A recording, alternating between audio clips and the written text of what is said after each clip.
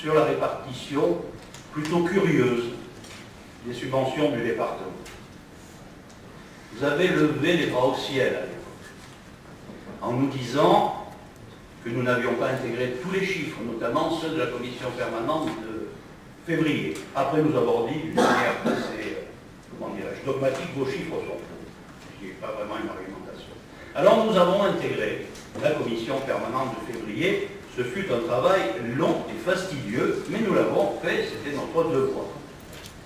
Vous nous aviez aussi reproché d'intégrer des subventions qui s'adressaient non pas aux communes, mais qui s'adressaient aux particuliers, aux entreprises et aux associations. En réalité, nous n'avons pas tenu compte de l'implantation géographique de ces subventions pour des associations qui ont une vocation départementale.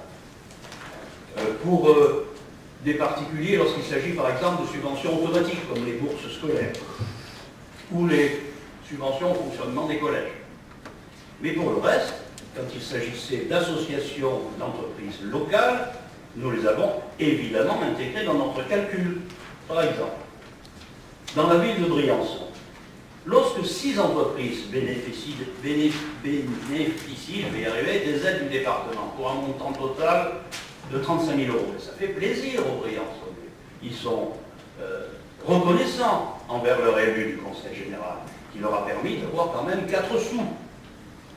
Je considère que ce sont des subventions qui aident Gérardmer dans son implantation locale.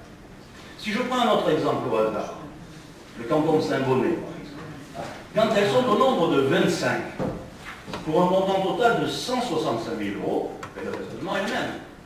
Ça fait plaisir. Ça permet à l'élu de s'implanter. Alors le résultat, c'est ce camembert que je vous présente de loin. Il est écrit petit, excusez-moi. C'est un camembert qui est composé de 3 morceaux. Vous avez le morceau en vert qui représente exactement 25% des subventions depuis le début de l'année 2011. Ces subventions, ce sont celles 26%.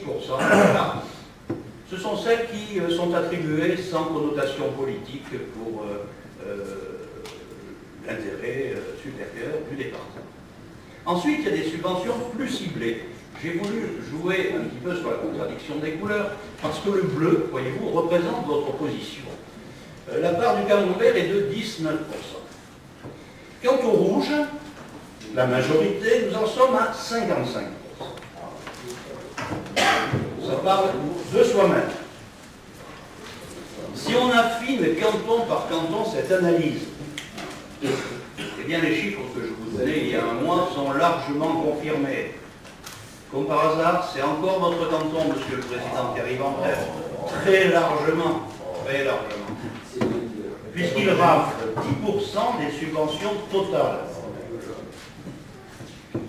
6 millions, je vais dire des bêtises, pardon, 5 millions et demi.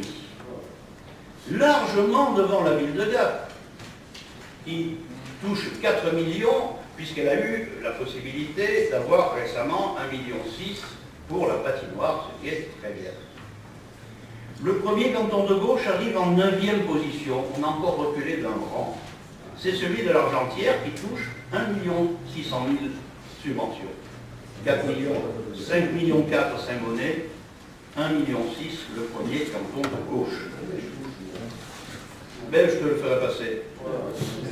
Toi, tu es à 669 000 €, c'est pas terrible. C'est pas un très bon élu.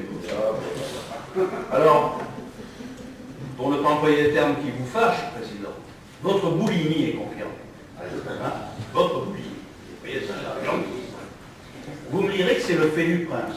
Et c'est vrai, ma foi, qu'un président de conseil général, chef de l'exécutif, vu le fait qu'il passe 24 heures sur 24 au service de son département, personne ne serait choqué si son territoire était très légèrement mieux traité que les autres. Mais là, vous n'y allez pas avec le dos de la cuillère, cher président.